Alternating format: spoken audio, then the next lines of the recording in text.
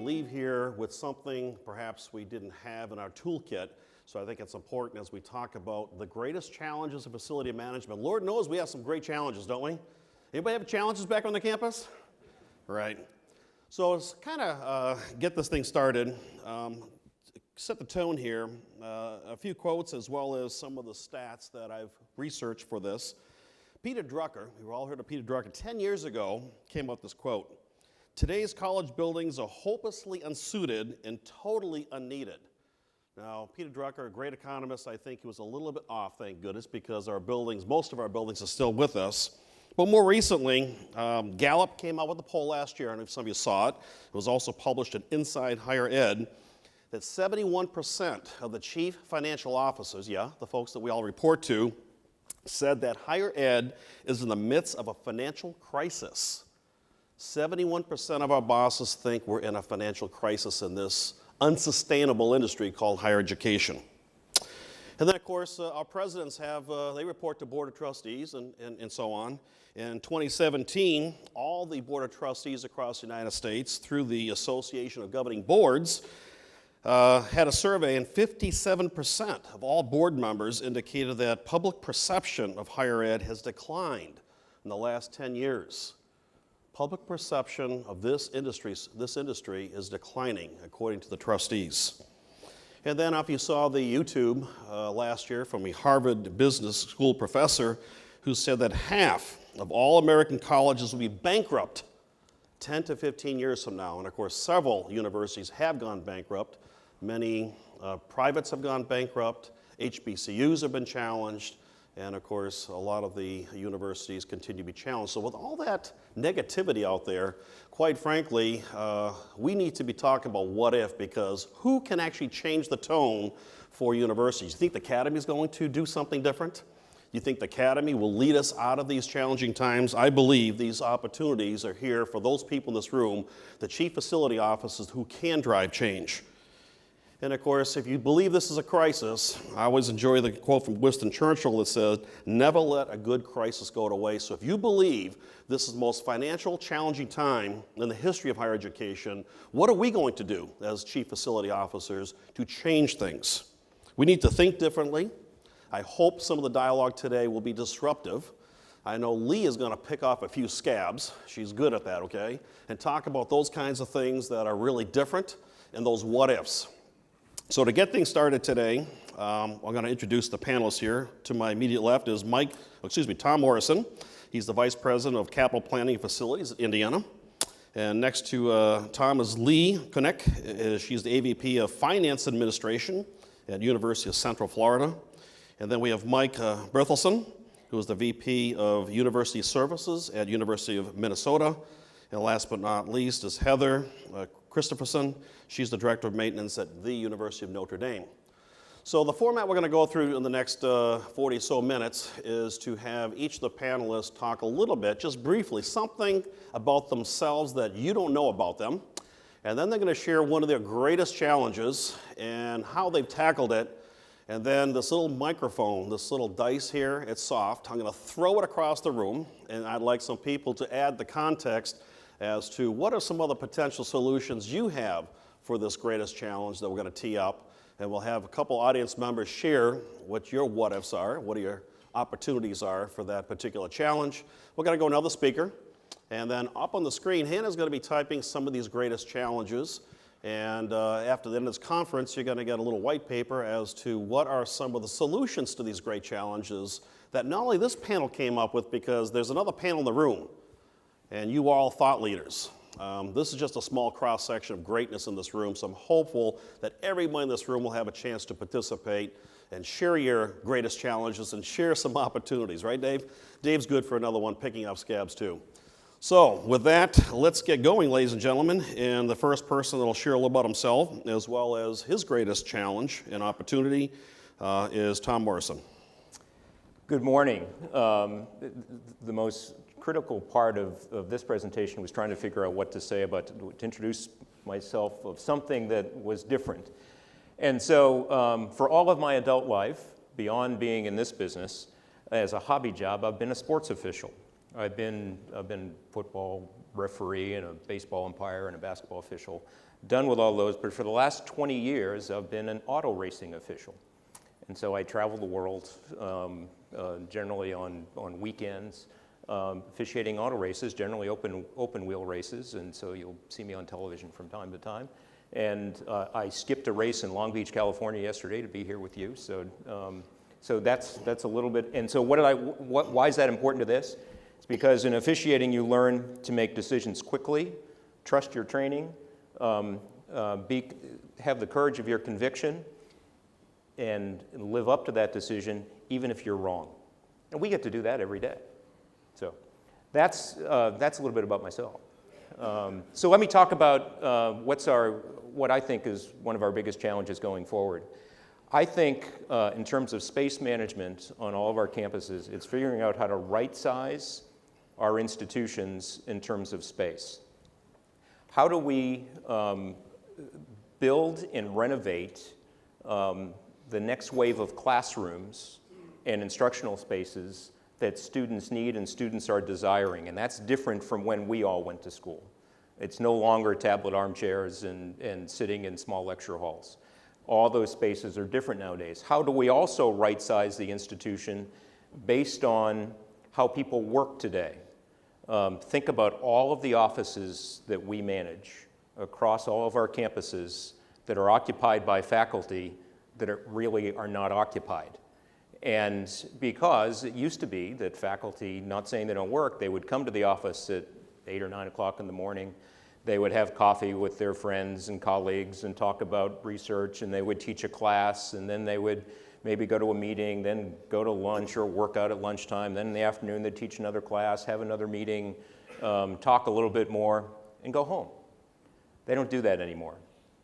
They spend a lot of time in other places because technology allows them to do it. But all the while, they still want those offices to store books, to periodically have a meeting. But all of those things carry a price tag to them, whether and how they operate or what we need those spaces to be going forward. So how do we right-size our institution, looking out into the future? Because we get asked all the time, I'm sure you do, is what's the impact of online education to what we do? And one of my answers always is that online education's been around for a few decades now. And it really had, people predicted back then it would be the end of our college campus. Well, that hasn't been true. But it is certainly a hybrid model now, is that on any given time, a student who takes a standard 3-hour class that meets three days a week, they might meet 2 days a week, and the other hour of that is somehow online. And we have to be able to capture that in terms of scheduling and try to maximize the space that we have. So that's mine. So space management, I'm sure all your campuses, you can roll a bowling ball at 8 in the morning on Monday and 4 o'clock in the afternoon on Friday and not hit a student, right? Very efficient, right? And what are some of the industry standards? 30, 40% utilization? Kind of abysmal for $1 billion of assets and trillions. If you take a look at across the entire room, it's pretty a sad fact. So what are you all doing relative to space management? And I'm going to take this microphone, and who wants to share a 30, 60 seconds what you're doing about space management? Dave, you want to start? There you go, Dave. Talking to the X. Got to talk into the X, okay? And like somebody put a hand up right after Dave's finished with his 30, 60 seconds of jewels, pearls of information, and someone else will share something else about how you're dealing with space management. I don't know that I have any pearls. Closer. Two things we're doing. All of our space now is centralized, so whether it's conference rooms, all classrooms, all labs are now scheduled centrally, which doesn't sound like a big deal, but it was a huge change in the academic side. The other thing we're doing on the staff side is we're doing a lot of hoteling in terms of offices, a lot of open offices as opposed to individual offices. We haven't quite yet cracked that on the academic side with faculty. That's a big challenge, but we do have one college, College of Information and technology and communication that's looking at doing more sort of open office kinds of environments. So I think that is where we're headed. That's a tough nut to crack because it's usually in the faculty contracts. But those are a couple of things that we're doing. You mentioned the word faculty, right? So they obviously drive that, faculty contracts, their workloads, and when they want to teach, and we serve them, right? And so who has an answer to the faculty dilemma? I don't have an answer to the faculty dilemma, but I wanted to just add a little bit. Close, you got to talk close with the X. All right. Andy O'Brien, I'm at Harvard Business School. I don't have an answer to your question, but since I'm right close and I'm holding the X, I want to talk for a minute.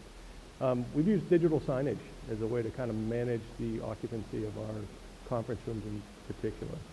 And not only that, but it says, you know, Andy O'Brien booked this room at 10:30 to 11:30, and Andy didn't show up. So automatically, I get booted out of that room and someone else could take it. So just one way, because other than that, things were just vacant. You know, they were just empty for a long time.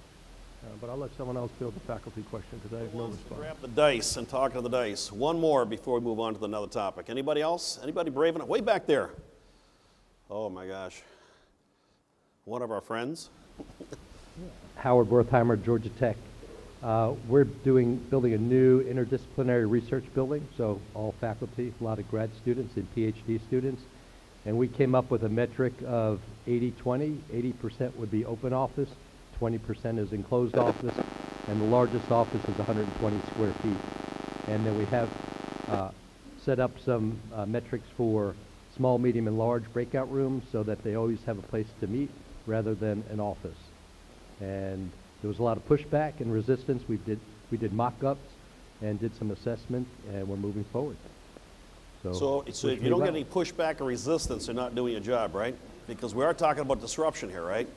It's an unsustainable business we're in. If we're not disrupting it, we're not moving forward. If the faculty can't disrupt it, then we have to take a leadership role and disrupt our campuses, right? Right, Howard? Correct. And the other part, just to what the other comment was, that you know, if universities were hotels or restaurants and we had a 65% vacancy rate, we'd be out of business. But for some reason, it's acceptable in higher education, and we need to begin to change that. So while it's acceptable, obviously, maybe that's the reason why it's unsustainable, right? So what are you all doing? So let's shift to another topic. Lee, tell us something about yourself we don't know about you, and what kind of disruptive forces are you working on? Well, do you know that kept me up a little bit last night, because if you looked at my background, most of the things people don't know about me, I can't tell you. Can you give us a hint? Just a hint? Some of you know Lee. So I decided to go a little more personal with things. And people who do know me can tell just by looking at me, I'm a high maintenance woman. And so I'm a collector of fine things. I happen to like fine art, fancy cars, antiques, gold and silver, jewelry, you know, those kinds of things. And so that's not something people don't know, but I really like to find things that other people don't have.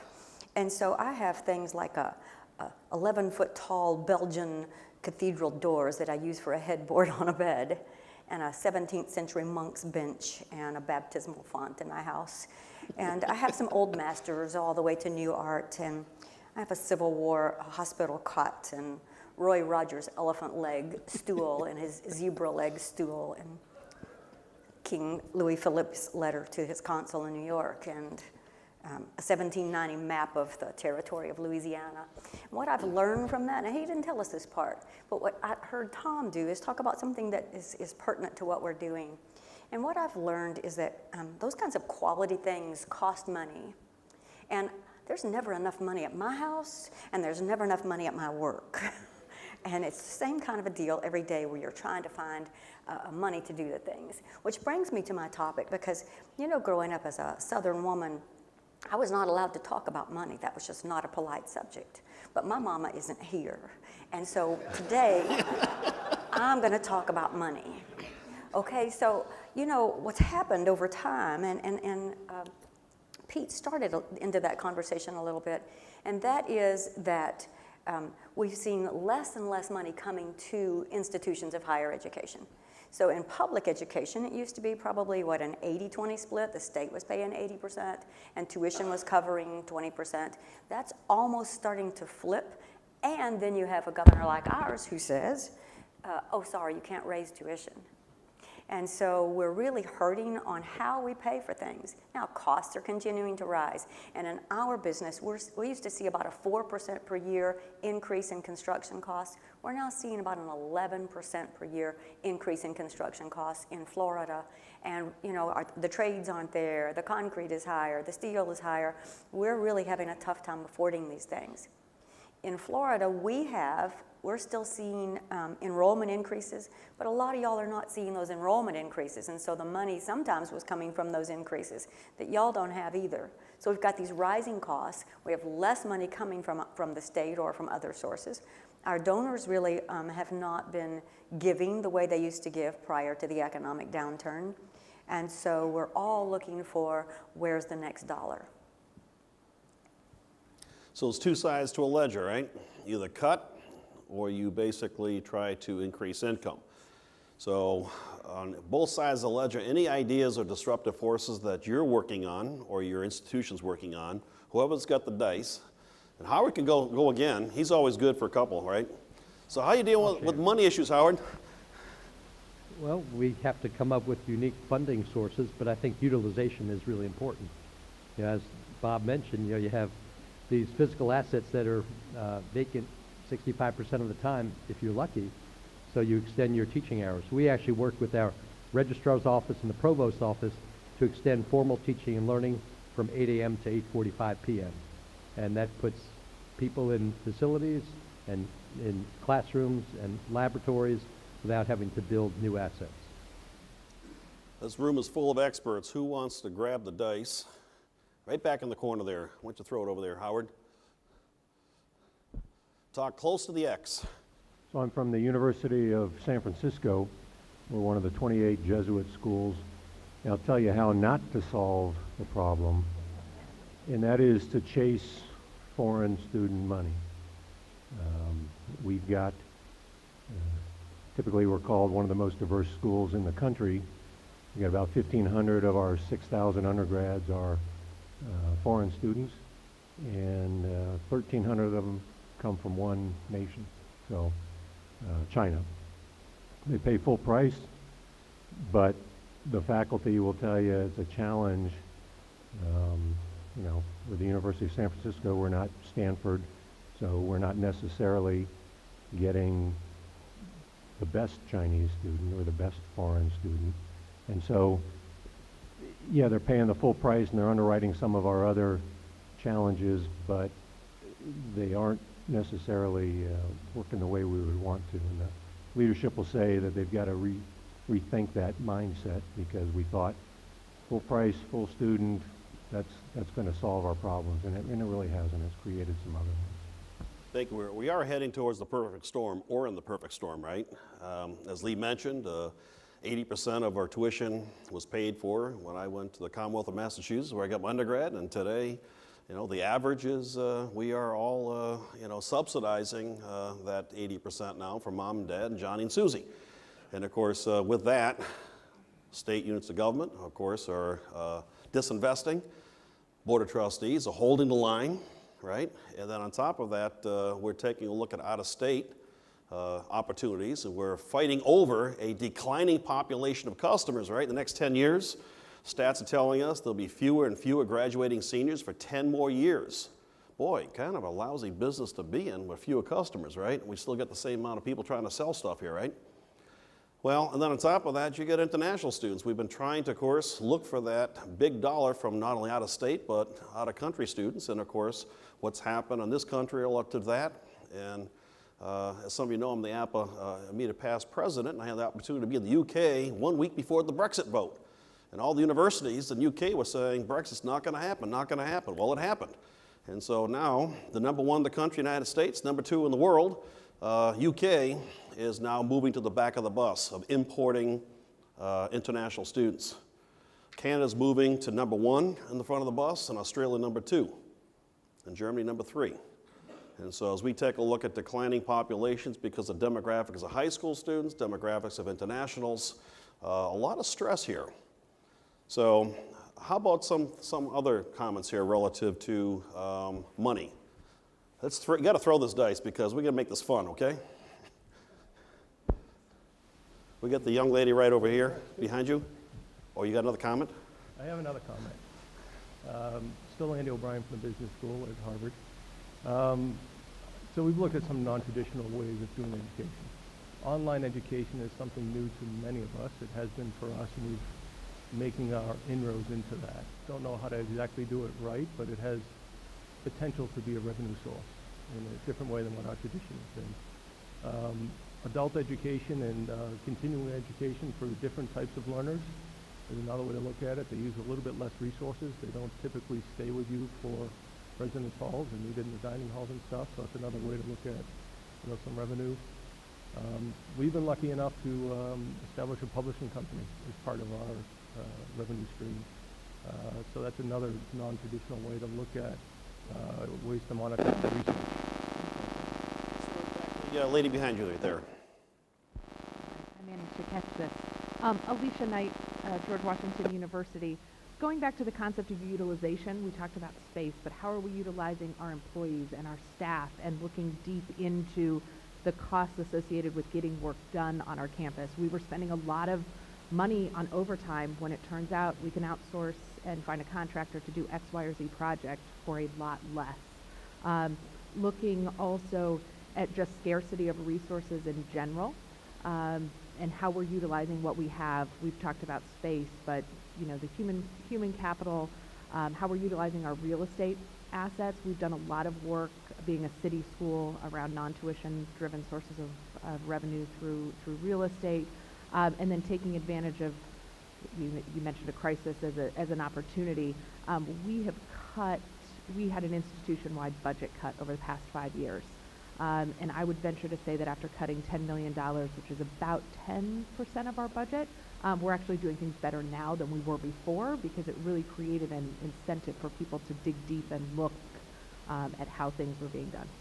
So outsourcing, certainly a solution, not a silver bullet. Let's go over here, RIT. And I suspect there might be some P3 discussion here, right?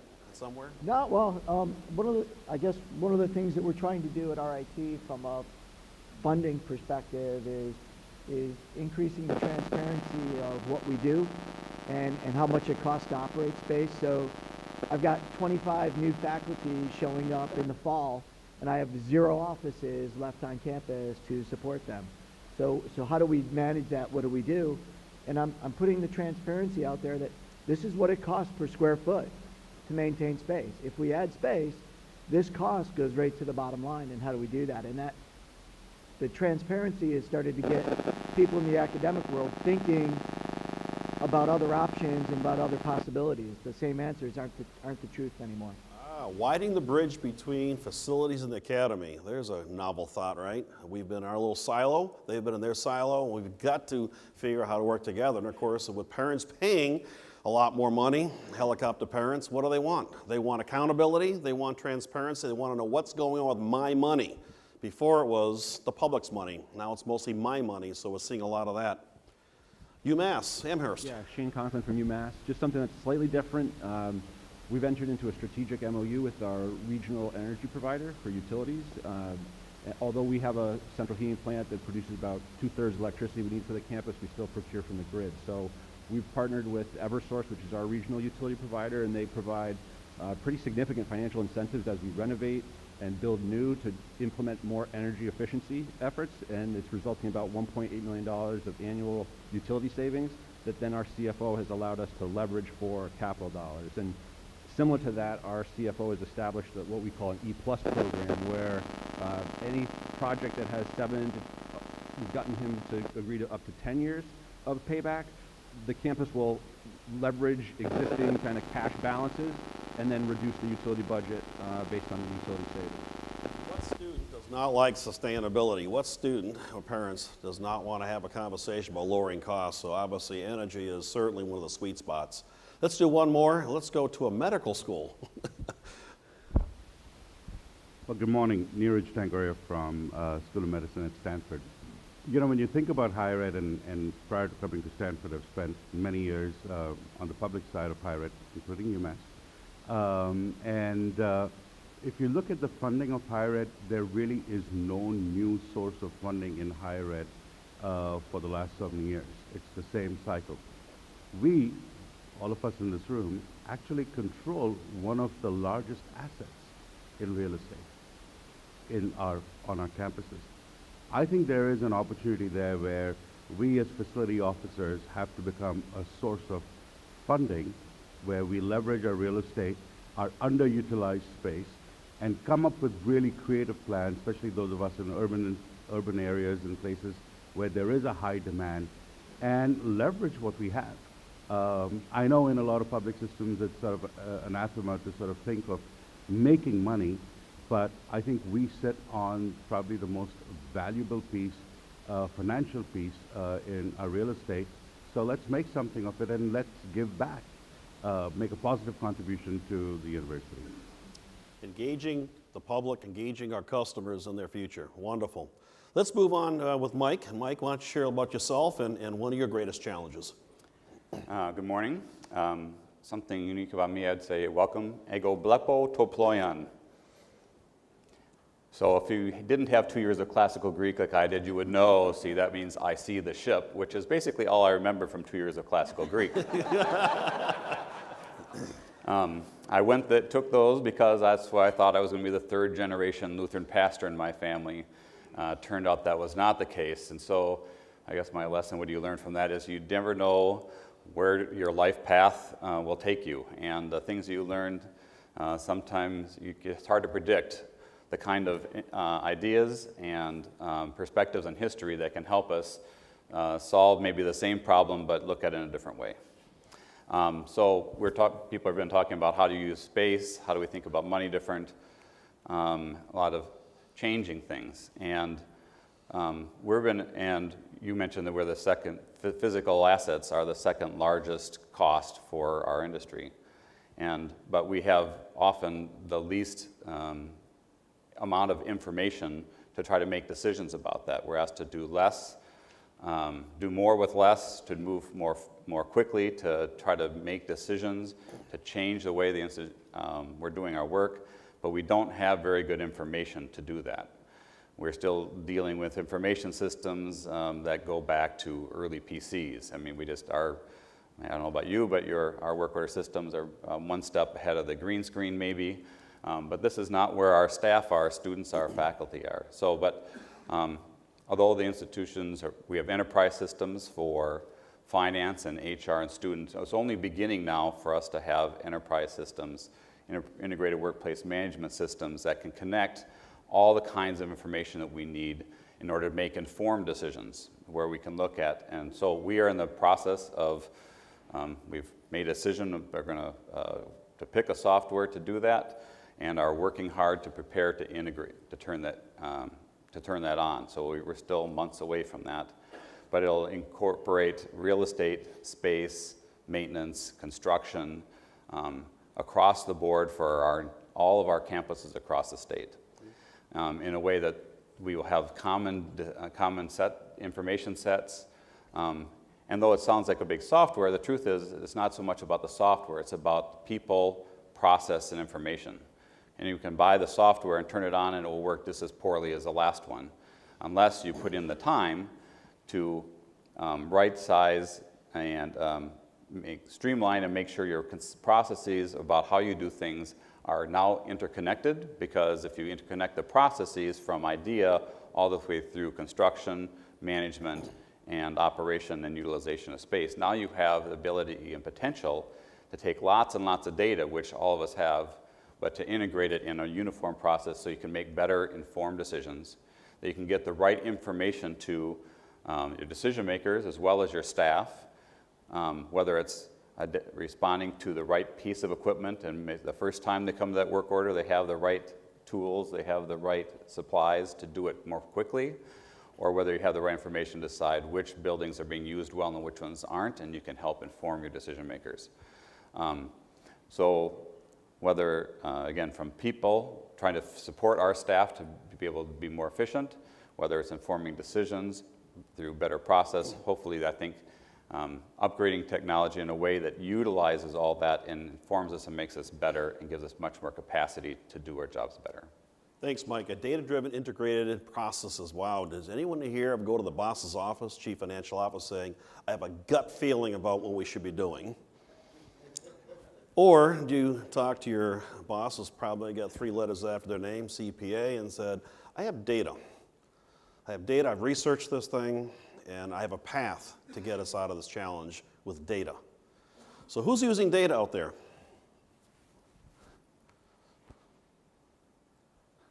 John D'Angelo with Northwestern, and Mike's and my team are actually going through the same path, and they're working together as part of the Big Ten and Friends. One thing a little bit step further, integrating within facilities, I think, is a no-brainer for all of us. Integrating extra facilities, so connecting in to the HR database, connecting into the financial database, and then pushing out those benchmarks to all of your end users, to all of your deans and their associate dean staff, so that they can do their own cost per square foot for this researcher, or what's the productivity versus cost for this faculty member, I think is much more powerful than us sitting on that data, having them have it live and a user interface that they're comfortable with, lets them manage their own portfolio, and puts us in, I think, a much better place where we're not having to tell them. They're able to come back with sharper requirements for us to execute. Thanks for sharing that. We're all leaders here. We believe that we're on this path of continuous improvement, right? So how the hell you know if you're improving if you don't have data, right?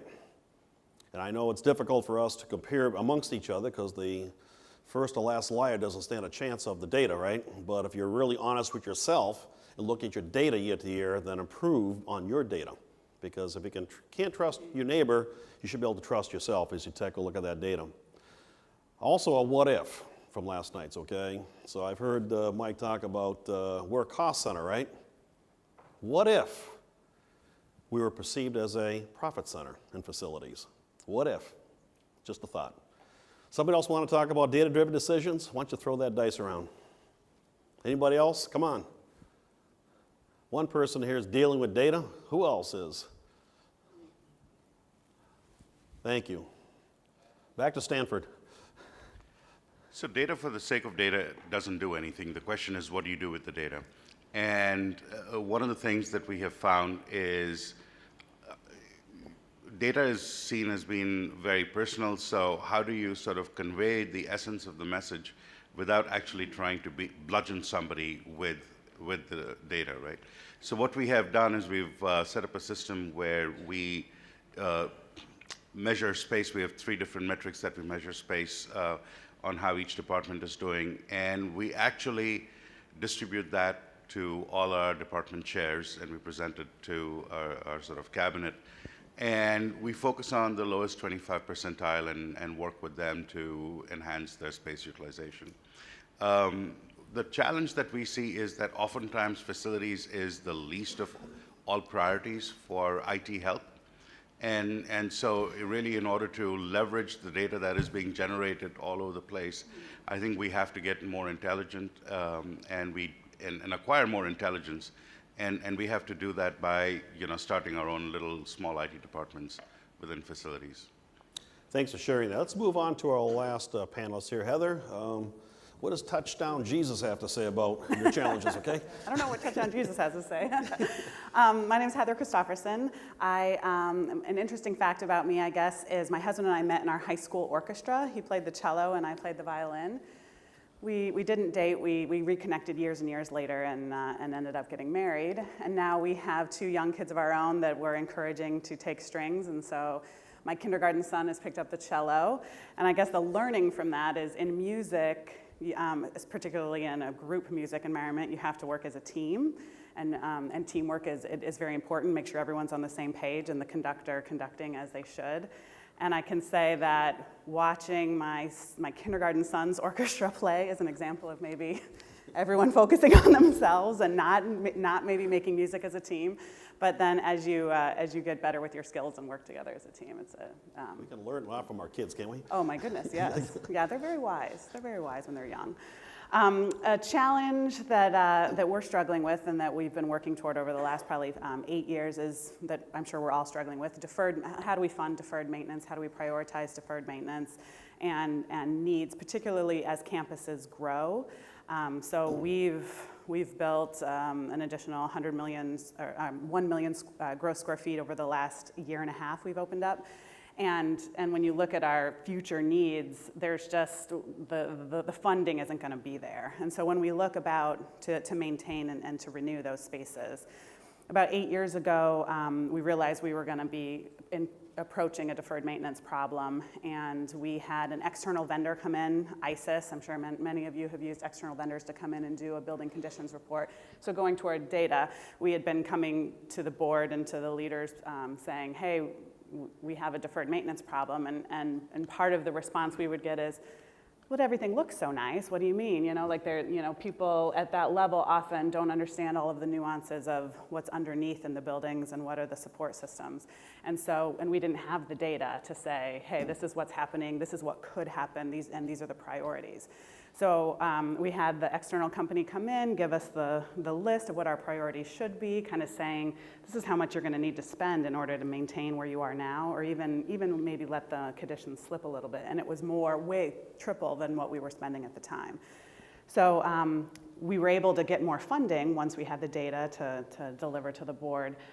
But what we didn't do is then keep track of then what are the assets, what are the priorities, what have we done, and how are we making sure that we're keeping up with that data and that information. So about a year ago, we had them come back, and now we're working with our work management tool. We took all of that asset information and all of those priorities, and now we're trying to be on top of that, to be able to continually give the data to the decision makers. So that we're just starting that process. I'd love to hear if others have solved that or have a better system. I thought you pray for more money there, Notre Dame, don't you? We do pray. We do pray for more money. Okay, deferred maintenance. We all have it here. Who has got a little pearl or a little nugget to share about how you got out of your box? And let's go to Dave here in Tennessee. Who's got the dice? Throw it over.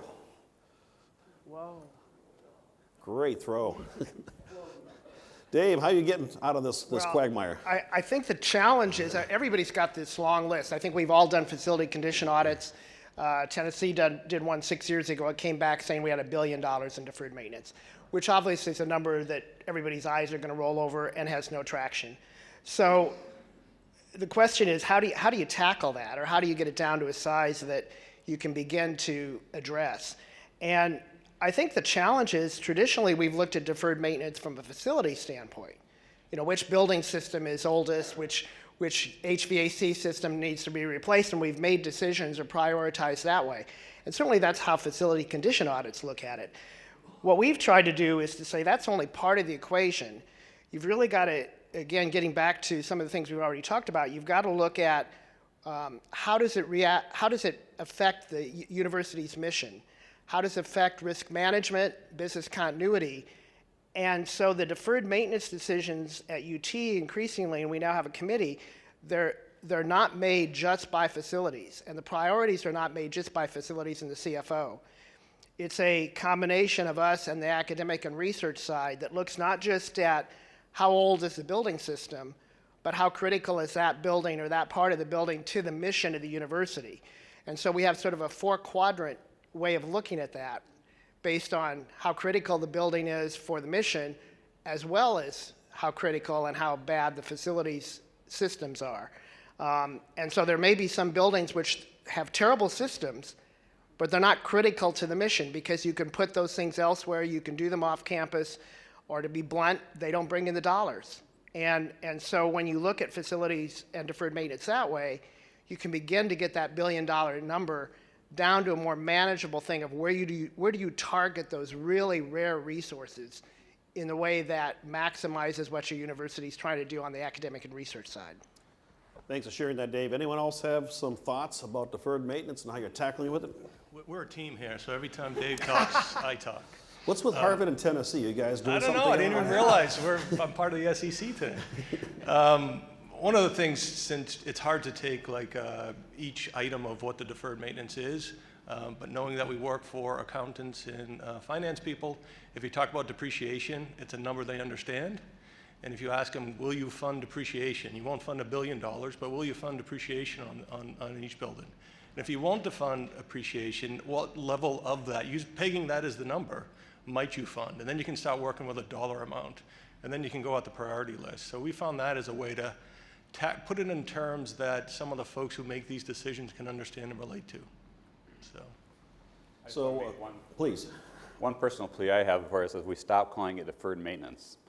I've seen it, this doesn't work with decision makers, the legislators. It makes it sound like we're incompetent and not doing our maintenance job. And so we call it, we're continually talking about deferred capital renewal or deferred investment. And I like your reference to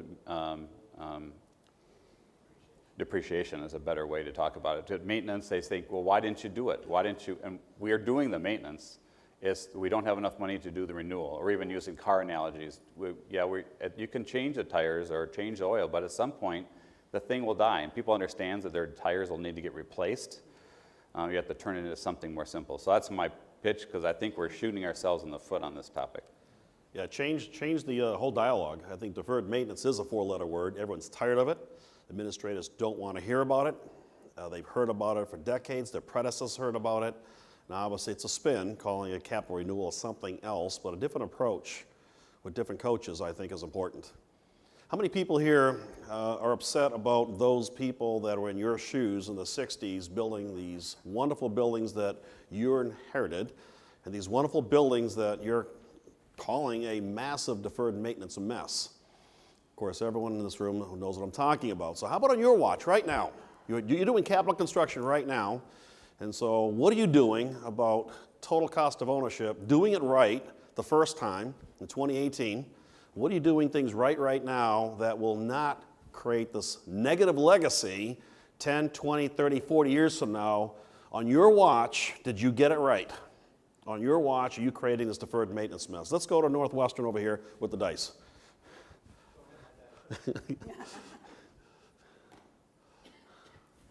Thank you. So two pieces, following up from the last string. I always find math to be easy. Nobody can argue with math. Well, they can, but it's harder for them to argue with math. So we use recapitalization rate. So my plant replacement value is $8 billion. And if I get $160 million a year, the dollars cross out, the years come to the top, and that allows me to show how many years the plant has to go. And I find that to be a much easier conversation with trustees and president and my chief financial officer. And I couldn't spend $1 billion if they gave it to me in 1 year anyway. So what I want is a predictable, manageable flow. To your question, we're just coming off of a 3-year, $2.2 billion build. And we created a process to make sure that the tail got built in at the front end.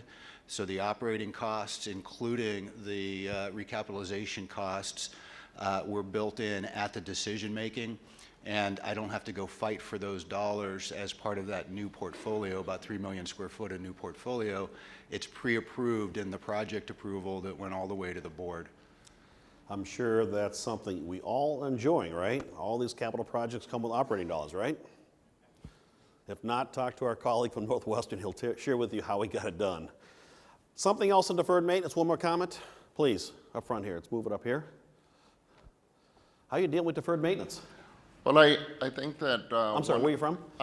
I'm Oscar Villarreal. I'm with UTRGV in South Texas, University of Texas, Rio Grande Valley. I think that one of the positive things that has happened to us versus the buildings that were built in the 60s and the 70s, the University of Texas system has an office. It's called the OFPC, Office of Facilities Planning and Construction. And the difference between the buildings that were built in the 60s and the 70s versus what we're constructing now, I can probably say that they're a much better quality construction. And we are paying a price for that. But I think that overall, while we're building buildings right now and it is costing us, I think that the benefit of that, we'll be able to see it in another 20 or 30 years when hopefully we're not seeing as much deferred maintenance then as we are seeing now. So are you doing those life cycle cost analyses in comparison to your first costs? Well, in many cases we are. We see it in the mechanical systems, we see it in different building systems, and so we do get to see it. I'll add to that. I'm with UTRGV as well. Referring to deferred maintenance, we keep a 5-year CIP list, and we include everything in that list, and it's just like a live document, and we just update it probably a couple times a year. And it includes all of our capital, our projected capital, or our proposed capital projects, as well as any deferred maintenance. We pull the deferred maintenance from the capital renewal report, and we also include other, what we call deferred maintenance, as far as other projects that we know need to be done, just because from our maintenance department that, you know, the guys know that the boilers need to be replaced. And so it helps our CFO get a big picture view of what the total dollars are at the bottom of that column every year. And so obviously we can't fund, you know, even 50% of it. It's just in the, you know, like $64 million or something. So we keep updating it and pushing back, but we're able to prioritize every year based on actual need. And so it helps us to tackle and chip away at that deferred maintenance list. We'll get the 1-minute warning here, and so I'm going to ask Hannah to get back on the typewriter here. We're going to rapid fire. This is just a small handful of greatest challenges, so a short phrase, shout it out. What's one of your greatest challenges? Anyone, quick. Funding, we talked about that. Ain't something else? Workforce, quickly, somebody else. What is it? Somebody else. Leadership change. Greatest challenges, shout it out. Increased demand on services. Climate change. Keep going, come on. All right, you want to scab picked off failure of the academy to understand what it is that we do and to appreciate what we do. It takes too long, it costs too much. Does everybody hear that? I'm sure every full professor thanks the custodian every day as they walk by him, right? Aging workforce. A couple more. Removal of silos. We got to work together. Another one. Expectation management.